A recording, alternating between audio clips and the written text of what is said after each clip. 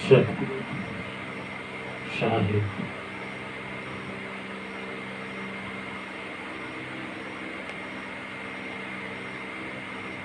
पूज्य गुरुदेव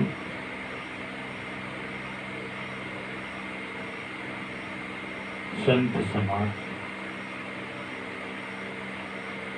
श्रोता बंधु,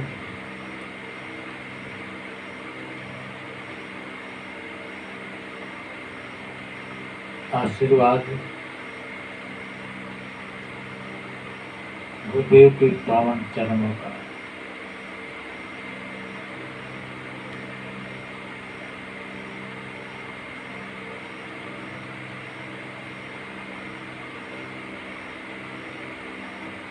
साक्षी है।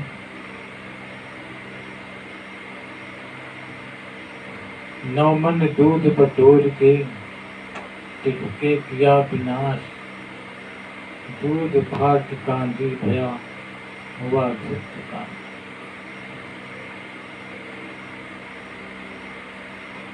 साहब कहते हैं कि मनुष्य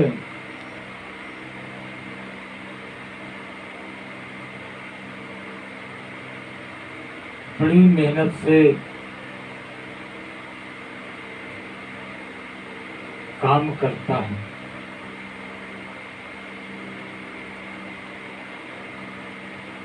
और फल मिलने का समय आता है, जरा से गलती हो जाती है तो पूरा कार्य बेकार हो जाता है।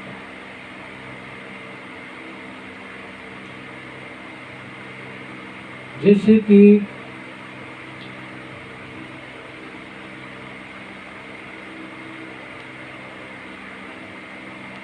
नौमन दूध बटोर के,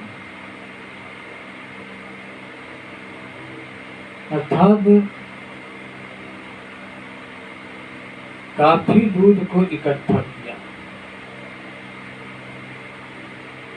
सब जगह से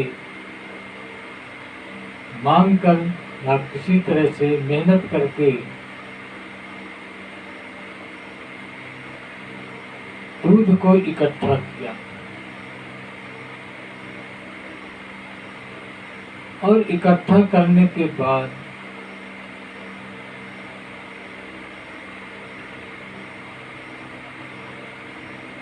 उसमें थोड़ा से खटाईपन पड़ गया, भूखे से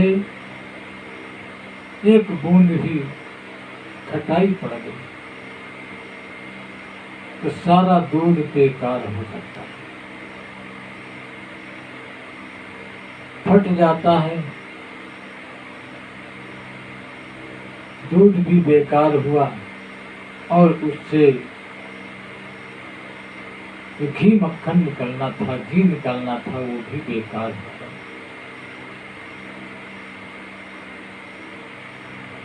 ऐसी साहब इशारा करते हैं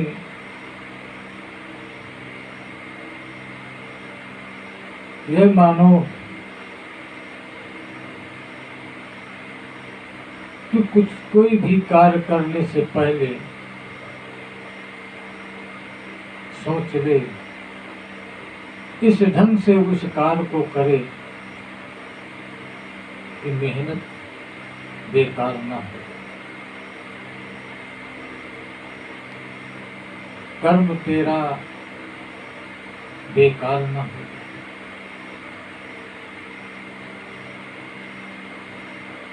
अर्थात तू अपने जीवन की रहनी को सुधार ले,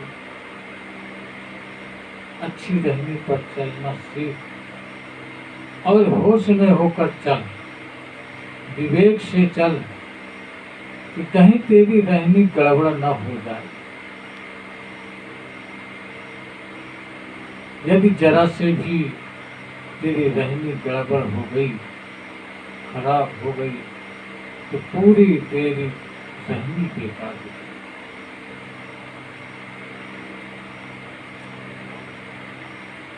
पूरा तेरा किया हुआ सब बेकार हो गया।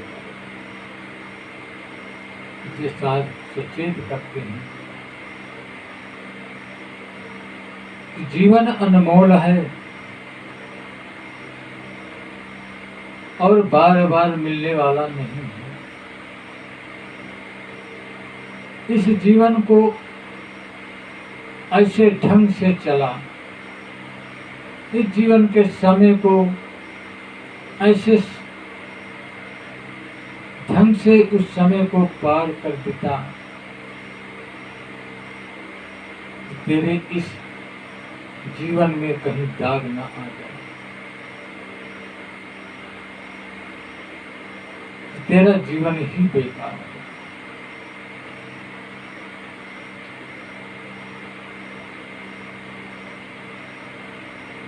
साधु हुआ, भक्त हुआ, सम्मानित व्यक्ति हुआ, सम्मान प्राप्त किया, समाज में उसकी मर्यादा बढ़ गई, लेकिन यदि जरा से भी कुछ गलती हो गई जो समाज के नजरों में खराब है, गलत है, तो सारा सम्मान, सारी मर्यादा सब नष्ट हो, साधु की साधुता भी नष्ट हो, सारी कमाई बेकार चली जाती। मार्ग पकड़ा था मोक्ष के लिए, मुक्ति के लिए, भगवान के दर्शन के लिए, और रास्ता चलते थोड़ी से भूल हो गई, रास्ता भटक गया, जहाँ स्वर्ग जाना चाहता था नरक में चला, पछताना होता है। इसलिए साहब को कहना है कि अपने जीवन को तू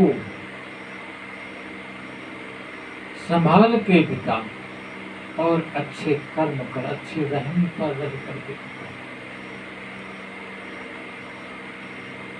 दाग न लगने पाए।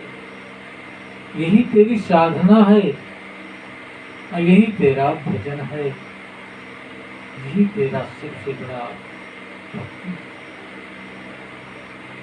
जिसने इस जीवन को सही ढंग से बिता लिया है, उसी का ही कल्याण हुआ।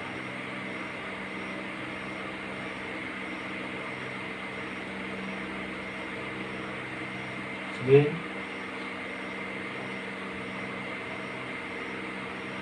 किसान खेती करता है, अच्छी तरह से खेत को जोत कर बनाता है, खाद डालता है, अच्छा बीज डालता है और जमाव भी होता है अच्छा बढ़िया, खूब मेहनत करता है, खेती उसकी सजती है, बढ़िया सजती है, तो पूरा मेहनत किया, लेकिन फूल आने के समय, फल आने के समय यदि सिंचाई उसकी गड़बड़ हो गई, नहीं कर पाया, तो सारी कमाई बेकार। या कोई ऐसी बीमारी लग गई, संभल न पाया, तो पूरी खेती बेकार हो। ऐसे जीवन भी एक खेती है। मानो जीवन खेती है और इस खेती में जीवन कल्याण का बीज बोया जाता है, जीव के कल्याणार्थ बीज बोया जाता है,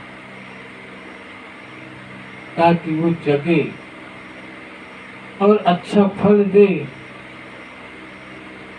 इस जीवन से मुक्ति भी मिले, जन्म मृत्यु से मुक्ति मिले, और जीवन जीने का, जीवन पाने का जो मूल है वो भी सफल है। अच्छी तरह से जैसे किसान खेत को बनाता है वैसे ही अच्छी तरह से अपने मन और अंतःकरण को भी बनाना चाहिए। किसान खेत के खरपतवार को नष्ट करता है और उसमें खाद देकर शक्तिशाली बनाता है। ऐसे हर मानव को चाहिए, हर साधक को चाहिए कि अपने मन में जो गंदे विचार हैं, खरपतवार हैं, दुर्गुण हैं, ये सब खरपतवार हैं, इनको साफ करके बाहर कर दे और मन में अनासक्त रूपी खाद डाल करके, विवेक रूपी खाद डाल करके मन को शक्तिशाली बना ले, अंतःकरण को शक्तिशाली बना ले, ताकि इसमें कोई अच्छी चीज भरी जाए तो उसका अच्छा जमाव हो,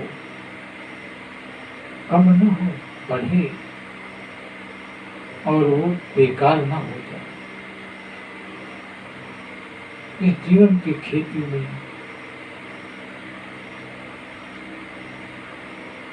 की साधना उस संसार की खेती से भी ज्यादा साधना करता है। जो साधक है वही साध पाता है, और जो साधना करना ही नहीं चाहता वो क्या सकता है। जीव का कल्याण होना ही इस मानव जीवन का लक्ष्य होना चाहिए, उद्देश्य। साफ सुथरा जीवन पा करके इसको साफ सुथरा ही रखना यही कर्तव्य है।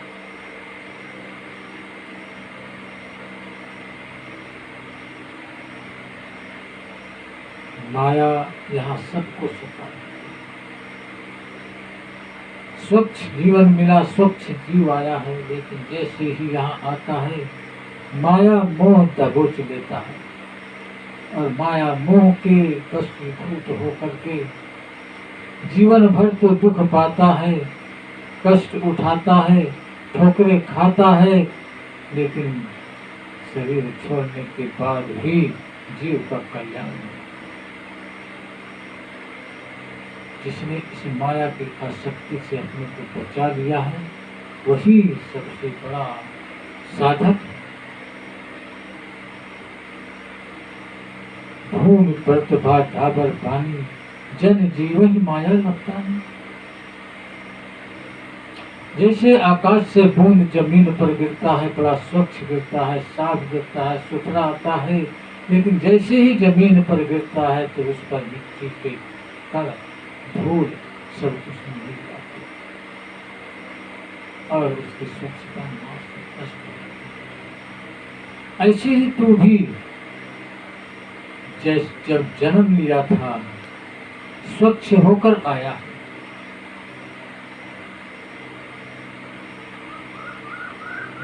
तेरे में कोई विकार नहीं थे,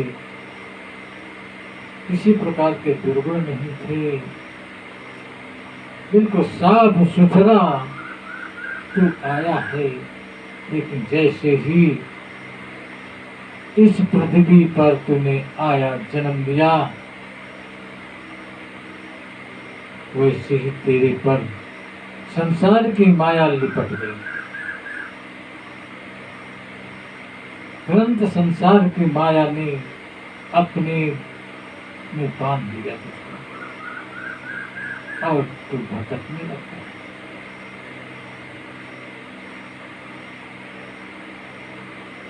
इससे बच जाता है कि फिर छुटकारा पाना बहुत मुश्किल पड़ता। लेकिन जो चाहते हैं छुटकारा पाना वो छूट जाते हैं। या तो अपने बल से, अपने विवेक से, नहीं तो गुरु की शरण जा करके।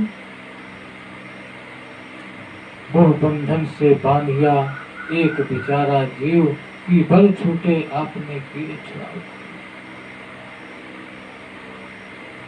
जैसे इस संसार में जन्म लेता है जीव, अनेकों माया रूपी बंधनों से बंध जाता है, फटफटाने लगता है। यदि उसके अंदर, अपने अंदर, स्वयं के अंदर की शक्ति है, तब तो उस बंधन से मुक्त हो सकता है। यदि नहीं है तो किसी गुरु की शरण में जाना पड़ेगा, वहां से मुक्त हो सकता है। लेकिन फिर भी अपने आप को देखना पड़ेगा, अपने आप को लक्ष्य बनाना पड़ेगा, अपने आप को सतर्क होना पड़ेगा मुक्ति के मार्ग पर।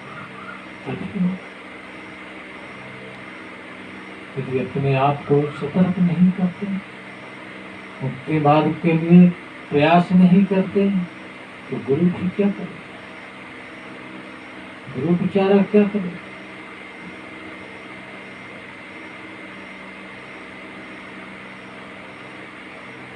जब मार्ग ही गलत होगा, गुरु कहाँ तक तुम्हें संभालेगा? इसलिए स्वयं को संभालने की भी जरूरत है। ये जीवन, जैसे कहा 9 मन दूध बटोर की, वैसे इस जीवन को भी 84 लाख हानियों को पार करके पार, और फिर इसको नष्ट होने से नहीं बचा सकता, तो तेरा जीवन ही बिल्कुल एक है। जीने की कला जिसने सीख लिया है, वही जीवन अच्छी तरह जी पाया। ऐसे मोक्ष की कला जिसने सीखा है, वही मोक्ष पाया। जिसके अंदर आंखों में पर्दा हो गया है, देख ही नहीं पाता है, उसको बुरा लगता है, सुनना भी बुरा लगता है, चलता है, तो क्या नुकसान होता है? स्वयं का नुकसान।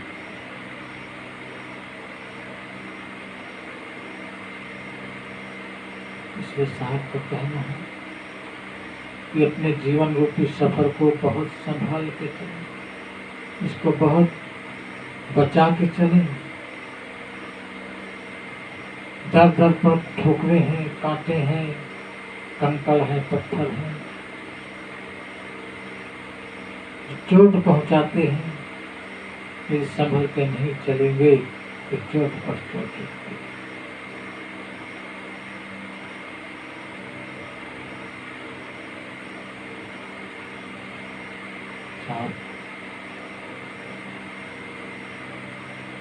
सबको निर्देश यही देते हैं, सबके लिए यही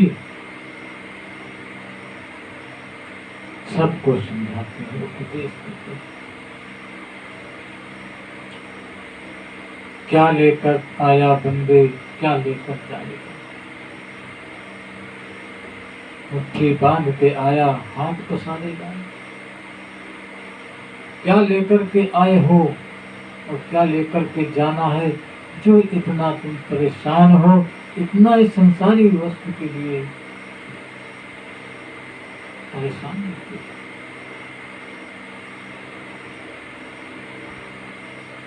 मुट्ठी तो बांध कर आया था है तू, लेकिन अब यहाँ से जाएगा तो खुली मुट्ठी भी ले जाएगा।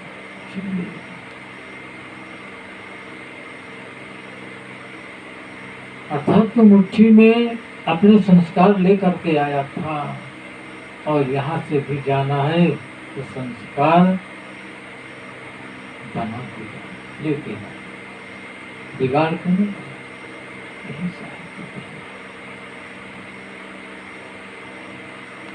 जीवन बहुत छोटा है, पल पल गिनते गिनते जीवन समाप्त हो जाता है, समझ नहीं आता।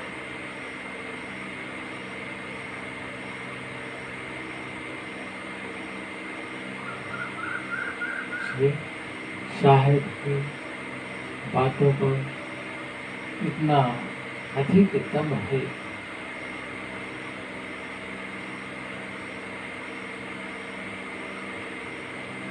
अपने जीवन को अच्छा बनाएं, स्वच्छ बनाएं, स्वच्छ बिताएं। जीवन तो अच्छा है, लेकिन इसको जो बिताना है अच्छी तरह से बिताएं। यही साहिब का निर्देश है। और इन्हीं शब्दों के साथ अपनी गाड़ी का ध्यान रखना है। साहिब शुभ शुभ।